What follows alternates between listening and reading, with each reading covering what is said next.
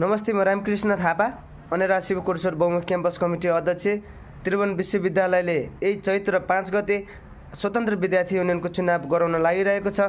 देशभरि रहनुभएका अनेरा शिवका सम्पूर्ण प्रतिनिधिज्यूहरू, क्याम्पस कमिटीका प्रतिनिधिज्यूहरू, क्याम्पसका आदरणीय विद्यार्थी साथीहरू अनेरा शिवमा मतदान गरी आफ्नो उम्मेदवारलाई छान्नुहुनेछ भन्ने अपेक्षा लिएको छु। अराजकतालाई परास्त गरौँ, अनेरा शिवको प्यानललाई अत्याधिक मतले विजय गरौँ भन्ने अपेक्षा लिएको छु। धन्यवाद, अभिवादन। युवाहरूको देश हो यो, युवाले नै बनाउँछन्, फेर्छन् पुरानो काँचुली, नयाँ स्वरूप सजाउँछन्। युवाहरूको देश हो यो, युवाले नै बनाउँछन्।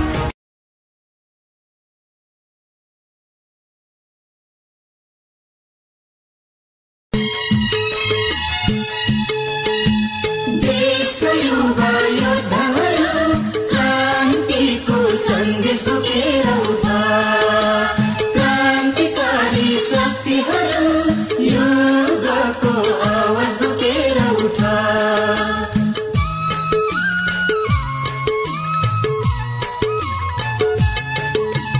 देशका युवा योद्धाहरू क्रान्तिको सन्देश बोकेर उठा, क्रान्तिकारी शक्तिहरू। युवाहरूको देश हो यो, युवाले नै बनाउँछन्, फेर्छन् पुरानो काँचुली, नयाँ स्वरूप। रगतले बनेको झण्डा उठाउँ साल बोक्नलाई, अनेरा सोभियो जिता निशुल्क शिक्षालाई। रगतले बनेको झण्डा उठाउँ साल बोक्न